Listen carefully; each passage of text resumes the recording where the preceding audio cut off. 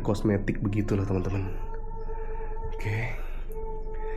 Dan ini juga ada, bismillahirrahmanirrahim. Tuh ini kasurnya.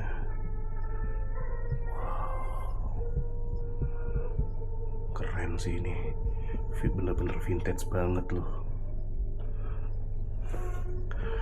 Oke, ini ada tulisannya, tempat Ndoro Tejo. Tempat tidur kuno ini dulunya dimiliki oleh Arjo Tejo atau lebih dikenal masyarakat sebagai Ndoro Tejo. Beliau adalah Bupati Kabupaten Srengat pada apa tuh? Apa itu?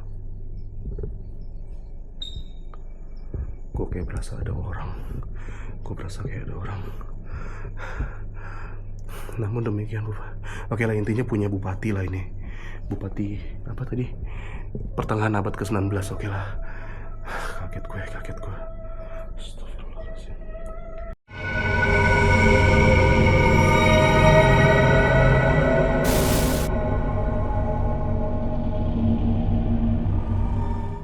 Yo, what's up bro? Balik lagi barengan gue Irfan Jayani dan masih tanggal 20 hari Sabtu 2026 cuy.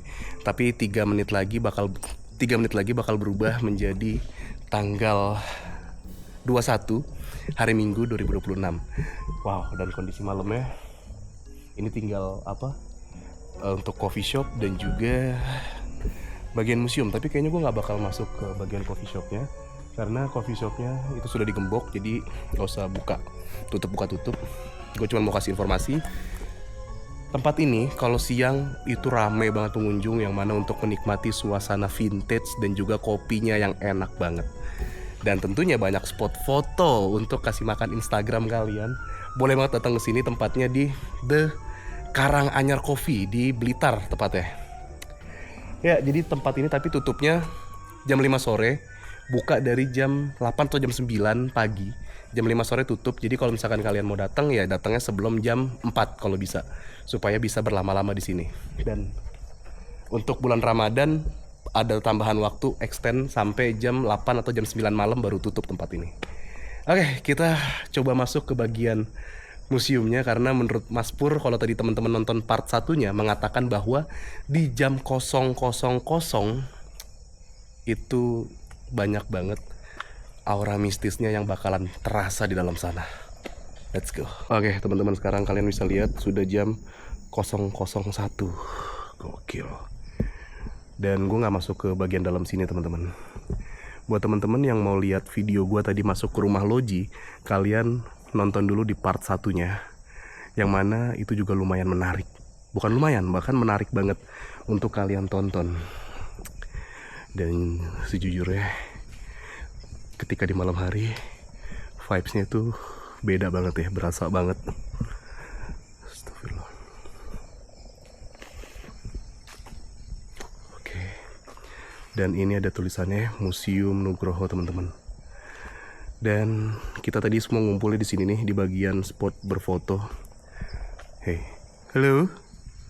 Kok kayak dalam kayak Assalamualaikum. Assalamualaikum warahmatullahi wabarakatuh.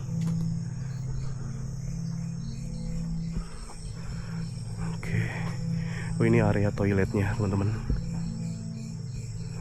Kayak ada orang ngobrol loh. Kayak ada orang ngobrol. Sumpah demi Allah, merinding gue. Kayak ada orang ngobrol. Halo.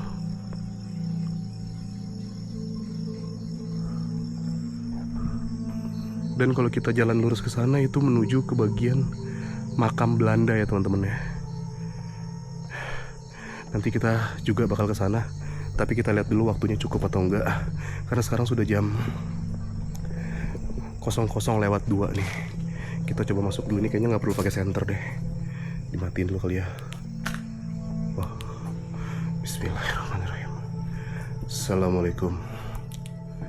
Assalamualaikum warahmatullahi wabarakatuh. Oke. Di sini kalau kalian bisa lihat ada tempat duduknya, dimana dari Pak Heri Nugroho, mantan Bupati Blitar yang ke-25. Kayak ada suara langkah. Halo.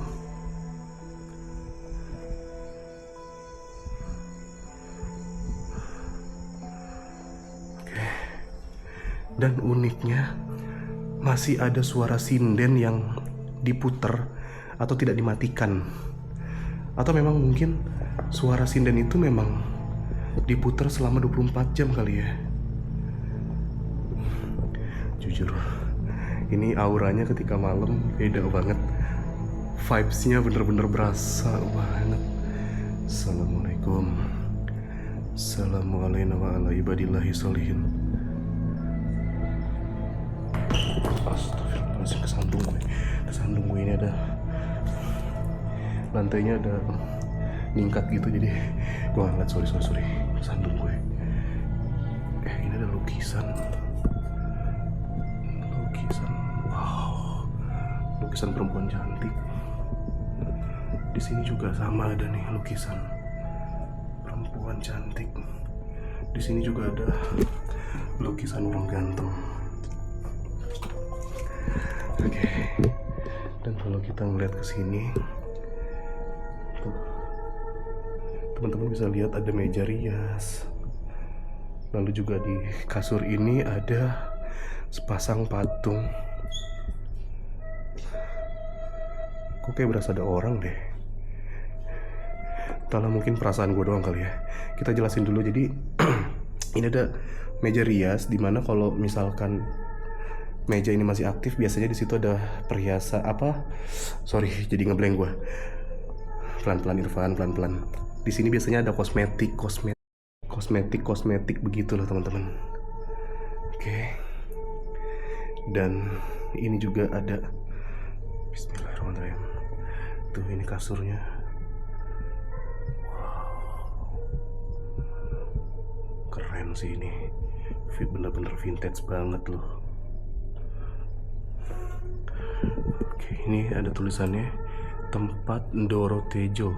Tempat tidur kuno ini dulunya dimiliki oleh Arjo Tejo atau lebih dikenal masyarakat sebagai Ndoro Tejo.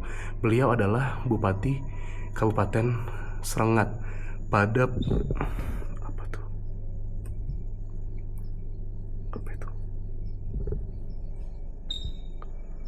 Kok kayak berasa ada orang. Namun demikian, oke lah, intinya punya bupati lah ini. Bupati apa tadi? Pertengahan abad ke-19, oke lah. Kaget gue. Astagfirullahaladzim. Di sini juga ada banyak banget gong, gamelan. Di sini juga ada dupa ya teman-teman, ada bakar-bakaran dupa untuk wewangian. Di situ ada, astagfirullahaladzim, kaget mas. Kaget aku.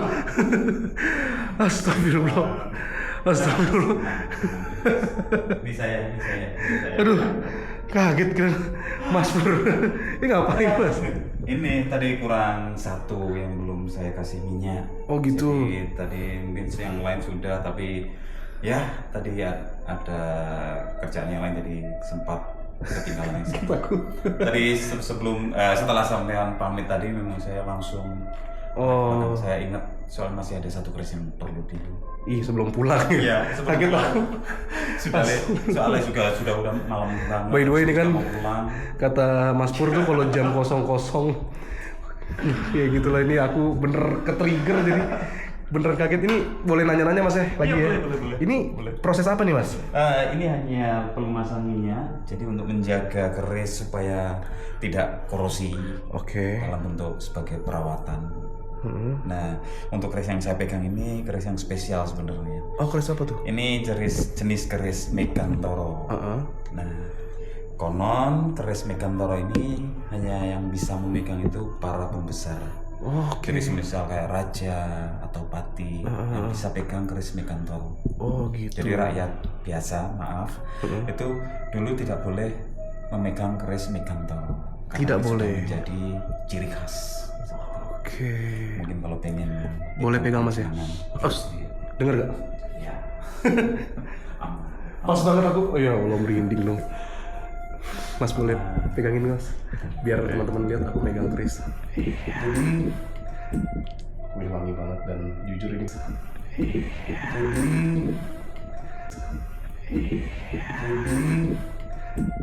Wih, wangi banget dan jujur ini gue langsung merinding sekujur badan. Tadi Mas juga denger ya? Iya. Pas itu diserahin ke aku megang bentar, baru mau megang dari dalam sana. Iya. Ya kan? Gitu. Astaga, gue merinding. Mas gak usah lama-lama deh Mas, aku takut Mas. Aman. Jadi ini kebetulan mumpung sudah selesai, saya kembalikan dulu. Oke. Mungkin nanti pengen explore ke tempat yang lain. Kayaknya aku minta temenin Mas aja deh Mas. Saya kembalikan sebentar. Taruh dulu deh Mas. Oke. Astagfirullahaladzim. Jadi memang kalau kita bicara pusaka nih, nah pusaka itu memang ada yang benar-benar dari zaman dahulu banget. Nah, jadi tidak dipungkiri juga ada beberapa pusaka yang mungkin masih ada isinya dalam tanda kutip. Oke. Ya, itu yang kita kasih tanda dengan pita warna merah atau warna hitam. Itu jadi ada isinya. Pita dengan tanda warna merah dan warna hitam. Oh iya. Kita kasih tanda warna merah sama hitam. Oke. Itu adalah garis-garis yang mungkin masih ada isinya dalam tanda kutip. Kodam lah bisa dikatakan Mas ya. Ya mungkin bisa disebut seperti itu. Jadi memang ada beberapa yang masih ada isinya, makanya kadang ya kalau ada orang baru yang masuk ke sini pasti ngerasain aura-aura yang kurang ini. Oke, ini aku mau jelasin dikit Mas sambil bersih-bersih nggak apa-apa. For your info ya teman-teman, jadi waktu itu sempet gue datang ke sini juga, yang mana vlognya itu sore hari dan sendirian, nggak ngerasain vibes yang semistis ini, bisa dikatakan tanda kutip merinding ini. Jujur tadi Mas Pur banyak banget bercerita tentang tempat ini, dimana mengatakan di jam 00 atau di jam 12 malam itu barang-barang seperti itu berkumpulnya di sini Mas ya. Iya. Dan jujur begitu masuk, gue nggak tahu, swear, gue nggak tahu Mas Pur ada di dalam karena gue memang pengen sendiri ke dalam sini. Tiba-tiba gue berasa kayak merinding sekujur badan, langsung ketemu Mas Pur, kaget. Dan satu lagi, mudah-mudahan tadi teman-teman juga denger ya, Mas Pur tapi denger ya. Dengar. Aku mau make sure Mas Pur denger juga kan. Itu pas diserahin kerisnya ke aku, tiba-tiba dari dalam sana kan Iya. bunyi kayak gitu. Itu shock banget sih gua. Oke Mas, aku minta temenin Mas deh ya, aku nggak berani sendiri deh ini. Oke, ini keris yang panjang ini keris apa Mas? Ini keris naga puspa. Oke. Jadi untuk kisahnya sendiri, keris ini ditemukan seseorang ketika beliau pas menyelam ke laut, dan ini ada di bawah laut. Ada di bawah laut. Iya. Oke. Terus akhirnya dibersihkan. Nah, terus diserahkan ke Bapak Heru Nugroho ketika bertemu dengan beliau. Oke. Jadi seperti itu. Kalau yang untuk tombak-tombaknya sendiri, ini banyak yang dari era Mataram. Ini semua asli Mas ya? Asli sih. Asli semua ya. Tentu memiliki sejarah yang panjang ya dari benda-benda ini ya. Nah kalau untuk yang dipitain itu, apakah dirawat treatmentnya itu sama nggak sama keris-keris yang lain? Secara perawatan sama aja, kita tidak membedakan. Oke. Nah, yang penting hari yang bagus itu pokoknya malam Jumat Legi. Malam Jumat Legi. Iya. Itu biasanya di setiap bulan pasti ada satu hari. Nah, ini memang setiap bulan saya selalu kesini untuk memberikan minyak atau apa. Tapi untuk penyuciannya sendiri itu di bulan Suro. Di bulan Suro. Di bulan Suro. Sekarang Jadi, di bulan Suro ya? Iya. Mungkin nanti kita di akhir bulan atau di awal bulan Juli kita adakan jamasan pusaka. Jadi untuk penyucian semua pusaka yang ada di sini. Oh gitu. Ya, Aku boleh lihat tuh Mas? Boleh lihat nggak pas pencucian? Boleh, semua Boleh. terbuka untuk umum, semua pun bisa. Pencuciannya di mana? Ya di area sini aja. Di area sini ya. Aku boleh lihat ya. Boleh, Nanti kabarin Mas ya. Hamin 2 lah. Ya siap. Oke lanjut. Nah, tujuannya sendiri kalau untuk yang penyucian sendiri, untuk yang berpita ini karena ada isinya dalam tanda kutip. Jadi memang wajib sifatnya. Oh wajib sifatnya. Nah, jadi ya untuk menjaga apa yang ada di dalam itu tetap betah yang pertama dan enggak rewel. Oke. Nggak rewel. Oke. Kalau rewel apa nih Mas biasanya? Apakah gerak-gerak kerisnya atau gimana Mas? Ya ada beberapa yang seperti itu.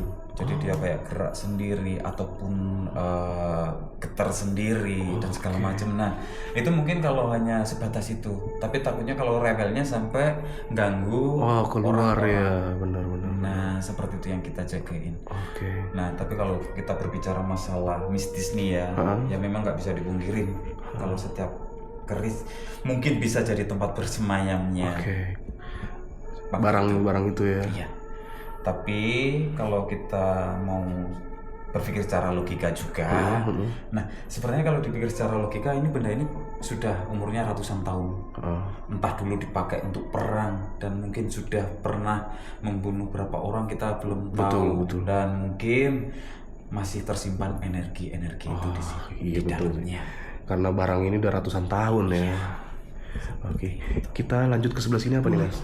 Di sini. Ini aku jadi ganggu, maaf nih Mas ya. Santai aja, kita sudah selesai. Terakhir Oke. keris yang barusan keris Megantoro. Itu memang selalu saya tempatkan di akhir untuk pengolesan.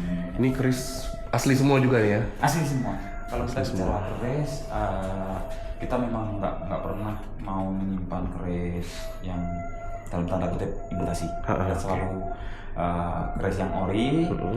Entah itu dari zaman dulu ataupun yang buatan baru. Yang buatan baru. Karena meskipun buatan baru tetap keris asli juga. Tergantung kita lihat cara pembuatannya sama bahannya. Kalau asli tuh bahan materialnya dari apa, Mas? Materialnya pasti yang utama baja pilihan. Nah biasanya untuk pembuatan pamornya pakai batu meteorit. Batu meteorik. Untuk pamor tuh yang mana, Mas? Maaf Mas, aku nggak tahu Pamor nih. itu bisa kita lihat mungkin yang paling gampang seperti ini. Nah di sini ini ada pakai pamor Bonang Rinenteng, jadi kayak ada bulat-bulatan tapi menyambung. Ini juga berbeda sama yang sebelah sini. Kalau ini wasutah, nah itu yang disebut pamor.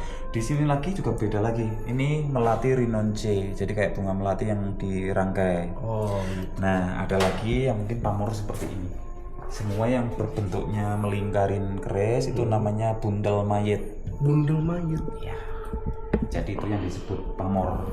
Oh, itu yang disebut pamor ya. Ya, kalau tangguhnya itu mungkin di pangkalnya ini yang menentukan di era apa keris ini dibuat atau ciri khasnya era apa. Seperti itu. Oke. Wah, ini pengetahuan juga nih buat saya, Mas. Thank you infonya. Ini banyak banget keris-kerisnya. Ya, kalau ini 7 keris legenda tanah Jawa. 7 keris legenda Tanah Jawa. Apa nih legendanya, Mas? Jadi ada Kiai Sangkelat ini, terus ada Kiai Nogososro, Kiai Condong Campur. Nah, kenapa disebut keris sakti? Karena pada zamannya keris ini, 7 keris ini dengan nama-nama ini itu memang keris yang benar-benar hebat banget. Oke. Makanya disebut keris sakti tanah Jawa. Keris sakti Tanah Jawa. Oke, kayaknya untuk kerisnya cukup. Ini apa? Ini kayak mandau, bukan? Ini lebih banyak kayak senjata di Sumatera. Kalau ini Madura, ini Celuret tapi bahannya pakai baja sama batu meteor. Oh, sama kayak bahan keris berarti. Iya, sama. Oke. Tapi tidak bisa dikatakan keris ya karena bentuknya celurit ya. Oke. Kalau mandau kita juga punya di sana koleksi. Di sebelah mana? Mandau asli juga. Mandau. Oh iya, ini dia, ini ada ya. Iya, bahkan kita punya yang kuningan juga mandau. Oh, ini ada mandau tuh yang paling ujung tuh ya teman-teman ya, mandaunya tuh. Kenapa gerak-gerak? Enggak, Kakinya ini. Oke, kita lanjut Mas. Iya. Ini apa ini Mas? Gamelan yang dulu ada di Pendopo. Dan ketika Bapak Heri sudah purna tugas, ini dibawa ke sini sama ajudan-ajudannya. Minta untuk disimpan dan dirawat. Tapi di sini yang spesial gong bagimbal. Apa itu? Kenapa bisa spesial? Gong bagimbal ini salah satu gong alat yang ditabuh untuk penyemangat pasukan oleh Mbah Gimbal. Nah, siapa Mbah Gimbal ini? Mbah Gimbal ini Eyang Joyo Purnomo. Eyang Joyo Purnomo sendiri adalah pemimpin pasukannya Pangeran Diponegoro. Yang waktu itu lari ke Blitar karena dikejar sama Belanda, tentara Belanda, dan bersembunyi di Blitar sampai rambutnya memanjang sampai gimbal. Itulah kenapa. Setelah itu melakukan perjuangan lagi dengan nama baru Mbah Gimbal. Nah, ini gong ini selalu ditabuh untuk menyemangati. Ini kalau malam suka bunyi sendiri nggak Mas? Kadang nggak hanya malam. kadang nggak hanya malam. Iya. Maksudnya? Jadi pernah beberapa kali teman-teman itu yang mungkin lagi memperbaiki sesuatu di dalam ruangan area sini, tiba-tiba ada yang bunyi dung. Kalau nggak gitu dung. Kadang kayak kentang dipukul kayak gitu. Nggak hanya malam berarti. Iya. Tapi kalau malam biasanya malah lebih intens. Beliau bercerita semakin kenceng merinding saya. Oke, ini kayaknya aku pernah lihat sosok ini nih. Di mana ya? Ini sosok apa nih, Mas? Kalau ini hanya sekedar lukisan ya? sih. Jadi lukisan dari Alim. Nah, dulu ini sempat saya taruh di balai pitutur. Di bawahnya saya kasih pitutur. Jadi ada 7 pesan yang mungkin cukup melegenda di Indonesia, khususnya di Jawa. Nah itu ini yang menggambarkan sosok itu. Dalam artian ada pitutur-pitutur Jawa yang cukup bagus. Nah waktu di balai pitutur, sekarang saya tempatkan di sini. Nah ini wayang ya, asli juga semua ya. Dibuat tahun berapa tahu Mas? Kalau untuk wayangnya sendiri kita pembuatannya belum tahu tepatnya tahun berapa. Kalau ini memang sengaja kita taruh di sini ya, kita senang aja. Mas, budaya. Maaf aku potong. Iya, Bentar Mas. Siap. Ini kayaknya waktu aku bikin vlog siang, nggak tahu ya ini aku, aduh ini jadi ke-trigger nih, nggak tahu aku halu atau nggak tahu aku lupa ya Mas ya. Iya. Waktu aku bikin vlog siang kayaknya lukisan lautnya ada sosok perempuan deh Mas. Atau aku salah lihat lukisan nih? Mungkin sampai yang salah lihat. Kalau dari dulu memang lukisannya hanya lukisan laut. Oh, hanya lukisan laut ya? Iya. Nanti aku coba lihat videoku dulu deh, karena kayaknya waktu itu siang ngelihat lukisannya ada sosok perempuan di tengah laut. Enggak ya? Enggak. Dari dulu ya sih memang lukisannya hanya lukisan laut seperti itu. Di sini ada nggak Mas lukisan yang laut terus ada Nyi Roro Kidul gitu, ada nggak? Enggak ada. Nggak ada. Enggak ada. Kalau di sini ya? Kidul sendiri dalam satu sosok kita punya lukisannya, tapi kalau laut enggak bisa dilihat sama umum. Karena saya simpan sendiri, karena setiap kali kita sejajarkan atau kita sandingkan dengan lukisan lain selalu jatuh. Ini kayaknya aku inget sih. Ini aku bikin video waktu itu siang, aku ngeliat ada sosok perempuan ya loh Mas. Masa? Nanti bisa dicek. Nanti aku coba cek lagi ya. Oke, kita lanjut lagi. Aduh, ini makin malam kok makin nggak tahu ya, ini aku kayaknya lupa sih. Tapi jujur Mas, aku waktu pas bikin siang, aku tuh ya kok kayak ngerasa kayak kan kalau kita pernah datang ke satu tempat pasti ada sebuah ingatan kan. Aku ngeliat itu, tapi aku ingat aku siang itu waktu pas kesini ngelihat sosok lukisan tadi laut, ada sosok perempuan. Padahal kita nggak punya lukisan yang seperti itu. Kalau padi di atasnya ada deninya yang melayang, ada. Di sini juga tapi? Di rumah loji. Di rumah loji. Aduh, coba nanti aku tak cek dulu ya, selesai kita vlog, kita cek bareng-bareng ya. Atau nggak usah selesai vlog dah, pokoknya ntar di vlog juga gue masukin, kita cek bareng-bareng. Oke, nih kita lanjut lagi. Ini posisi kita sekarang di mana Mas? Di ruangan barongan sama lukisan dari ampas kopi. Ruangan barongan. Oke. Bisa jelasin ini dulu nggak nih Mas? Oke, ini jadi ini barongan asli Blitar, namanya barongan Kucingan. Ini asli Blitar ya? Asli Blitar. Jadi perbedaannya itu kalau barongan Kucingan atau barongan khas Blitar, mukanya pendek. Oke. Kalau barongan Kediri yang panjang-panjang seperti ini, kebanyakan dari seperti naga atau ini. Nah, tapi kalau yang Blitar itu kayak muka kucing. Makanya kucingan ya. Iya, dan kenapa ini kita taruh di sini? Karena ini punya nilai historis. Oke. Ketika kita pakai tampil di Seoul Korea di kayak Olimpiade tradisional dance dari berbagai negara, kita dapat juara 3. Juara 3 dari seluruh dunia. Iya. Congratulations. Keren lo, ngawain main mengharumkan nama Indonesia dengan menggunakan tarian barong Mas berarti ya. Gokil. Tarian barong atau tarian topeng barong namanya? Tarian barong. Tarian barong ya? Iya, barong. Kita nyebutnya barong rampok. Barong rampok. Iya, untuk tariannya. Tapi kalau tarian barong sendiri itu berasal dari mana sih Mas? Banyak, dari Blitar ada, dari Kediri ada, mungkin di Jawa sampai Jawa Tengah ada. Oh, intinya dari Pulau Jawa lah ya? Iya. Gitu ya? Terus Bali juga ada. Oh, Bali juga ada. Bali juga ada. Meskipun barongnya beda. Beda ya. Iya, tapi secara apa yang di Jawa, secara tariannya pasti ada sendiri-sendiri. Oke, kita lanjut lagi Mas. Ini kita tadi sudah selesai ngebahas tentang kesenian yang sudah dipentaskan di Olimpiade atau berkompetisi dengan banyak negara lah. Nah kalau di lorong ini ada lukisan Ampas kopi. ampas kopi, Iya. lukisan Bung Karno yang dari ampas kopi. Iya. Jadi untuk pewarnaannya pakai ampas kopi. Wow. Bukan pakai pigment atau pewarna lain, jadi kita pakai ampas kopi. Nah, tapi memang khusus untuk lukisan Bung Karno ini setelah kita pakai ampas kopi, kita kasih pelapis. Oh dikasih Kita pelapis juga. memang medianya kertas. Oke. Kalau medianya kertas ya sudah, dia pasti bakalan awet. Nempel ya? Nah, tapi kalau yang dari bahan kanvas, memang harus dikasih pelapis. Oke, ini kita masuk ke apa ini mas? Ruang panji. Ruang? Nah, ruang panji sendiri ini. Heeh. Kita nyalakan nanti. Nah, sorry. Oke. Oh dicolok ya, kaget Iya. tiba-tiba nyala. Kalau ruang panji ini Oh, ada soundnya Bluetooth ya? juga. Iya. Jadi panji ini satu kisah yang cukup melegenda di tanah Jawa atau di Indonesia lebih tepatnya. Nah, ternyata cerita tentang panji ini nggak hanya di Indonesia, Oke. tapi di 9 negara Asia Tenggara. Mulai dari Malaysia, Singapura, Brunei, Thailand, Vietnam, Myanmar, Kamboja. Oh, oke, 9 negara ASEAN ya? Iya, sama Filipina. Nah, nggak menutup kemungkinan cerita ini dibawa ketika Majapahit menguasai Asia Tenggara. Oh. Nah, karena kekuasaan Majapahit kan bisa sampai Thailand juga. Gitu. Nah, mungkin cerita itu dibawa sampai ke sana. Sampai Nah, ke sana. di tahun 2023 kita kedatangan perwakilan dari 8 negara. Tepatnya 9 sama kita. Ngumpul di Karanganyar membahas tentang kisah Panji Kisah Panji ya di tahun 2023 kemarin. Menarik nih teman-teman, kalau mau lebih lengkapnya tinggal googling aja sejarah tentang Panji ya. Iya, cerita Panji. Cerita Panji. Ini topeng-topengnya menarik sih. Ada yang digantung, ada tuh 2 tuh digantung. Terus ini kalau topeng-topengnya mas dari karakter-karakternya apa mas yang membedakan mas? Selain bentuknya ya? Iya, jadi kan memang banyak karakter di sini. Contoh kecilnya ada Buto Ijo.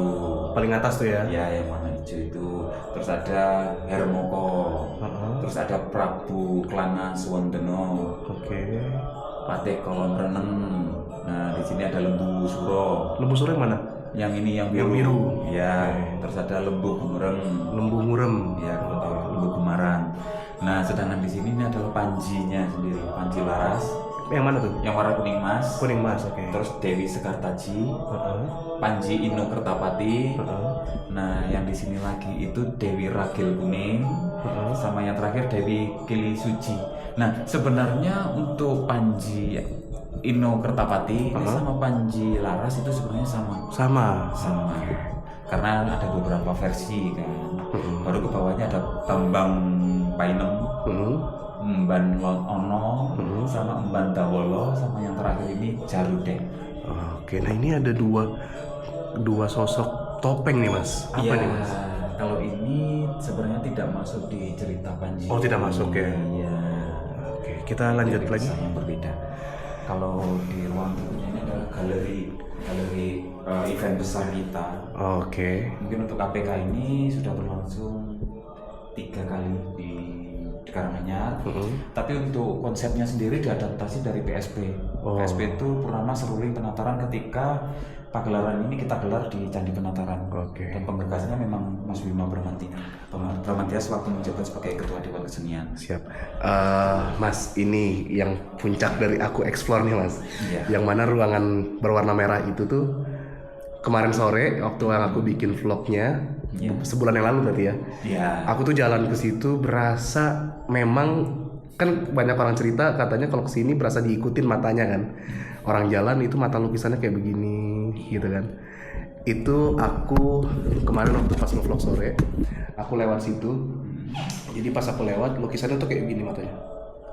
Yang aku rasain sih bukan cuma mata bang, kayak kepalanya ikut begini. Itu bisa dijelasin tuh mas. Ya. Kita sambil ngedekat boleh? Boleh. Nah. Jadi kalau untuk hal itu memang banyak yang bercerita atau berkomentar.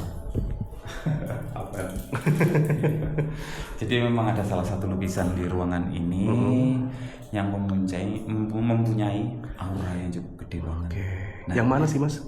Kalau boleh aku tunjuk yang lukisan ini. Lukisan ini ya? Gadis yang sedih ini. Oke. Jadi ini memang ceritanya tentang gadis yang dalam kondisi sedih. Nah, ya maaf, saya juga agak ini kalau dekat sama ini. Nah, memang banyak orang-orang atau pengunjung yang mungkin pernah ketika menatap lukisan ini jadi kayak terbawa suasana. Nah, habis itu pernah juga ada yang sampai kesurupan. Oh, di sini. Iya. Oke. Ketika setelah melihat ini, dan mungkin ada beberapa konten kreator juga yang mungkin punya sixth sense atau yang terkenal bilang juga bahwa lukisan ini memang ada sesuatu di dalamnya seperti itu. Jadi, Kreatornya ini siapa nih Mas waktu itu Mas?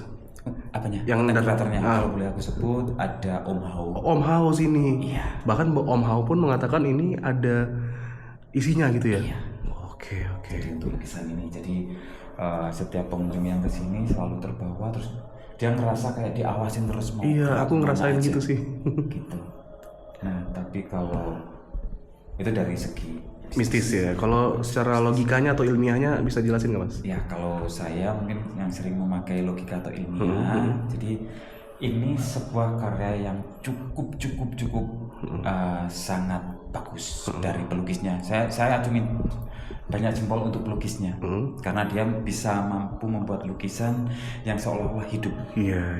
Nah, kalau kita berbicara secara ilmiah, dari bentuk mukanya, dari bentuk matanya yang utama. Jadi bentuk mata itu kalau kita membuatnya dengan sedemikian rupa, dengan tingkat yang sulit dan bagus hasilnya, itu mata itu seperti hidup. Jadi jenengan mau lihat dari depan, dari samping, bahkan dari lebih samping lagi, mata itu akan selalu ngikutin. Iya lagi bener. Kita mau pindah kemanapun, mata dia selalu ngikutin. Kita coba pakai kamera nih Mas. Kita lihat ya. Ini teman-teman bisa lihat dari dekat. Kalau dia geser ke sini tuh selalu ngikutin. Bahkan di kamera pun kelihatannya seperti itu loh. Iya kan? Nah, itu kalau dari segi logika. Jadi pembuat lukisan ini memang Maestro lah ya. Ya, bisa dibilang seperti itu. Ini pelukisan dari mana Mas? Dari Cina. Dari Jadi Chinese kebetulan langsung? semua lukisan yang ada di ruangan Cina ini kita dibawa langsung dari Cina oleh Mas Bima sama Bapak Heri waktu itu. Oke, bentar Mas. Ini juga sama. Yang ini juga kayaknya kurang lebih sama Mas ya. Nih. Iya. Tuh teman-teman bisa lihat kalau misalkan kita geser ke sini, itu matanya tetap kayak ngikut. Tuh. Dan ini juga seperti wanita bersedih juga ya. Iya, sama. Karena Konsepnya sama. lonely girl. Tapi memang sedikit berbeda. Yaitu tadi kalau dari segi logika atau ilmiah, ini pembuatannya atau melukisnya Perfect ya. Oh ini beda pelukis ya? Iya. Tapi kalau sekelas Om Hao bilang ada sesuatu di lukisan ini, ya wallahu alam. Wallahualam Karena ya. sudah beberapa kali juga ada beberapa pengunjung yang mungkin ketika mendekati lukisan ini langsung berkuduknya merinding, terus kebawa ke suasana. Oke, kita coba geser ke sebelah lagi Mas. Ini kita coba jalan. Tuh Mas, Pur juga udah mulai merinding. Kalian harus lihat ini, ketika gue jalan, mata lukisannya seperti apa.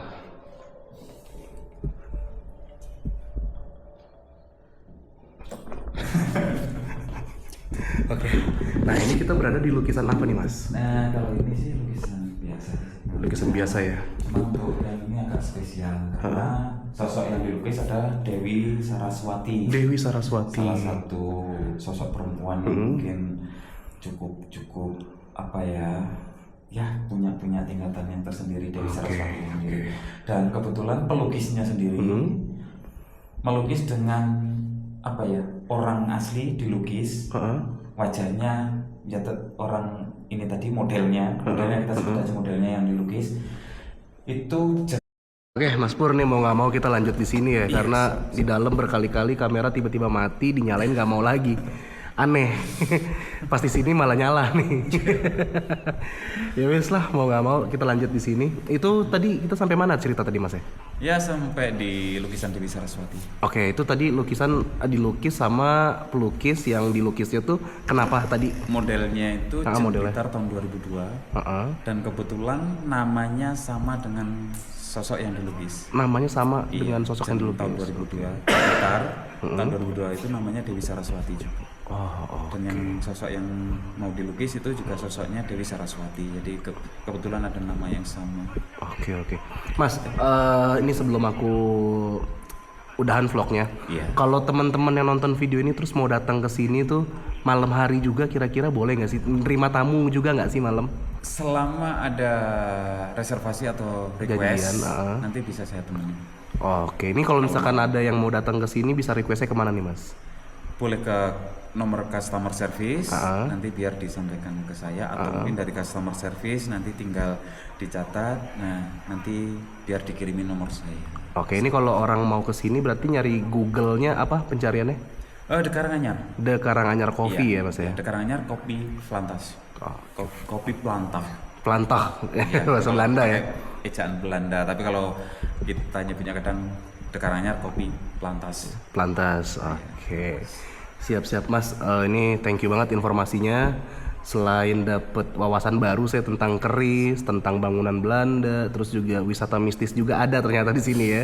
Jadi sebenarnya kalau datang ke sini sore, siang, pagi itu keren banget ya Mas ya. Iya. Menikmati suasana vintage dan kopi dan juga jajanannya itu enak-enak banget, sama tentu spot foto yang banyak ya Mas ya. Iya.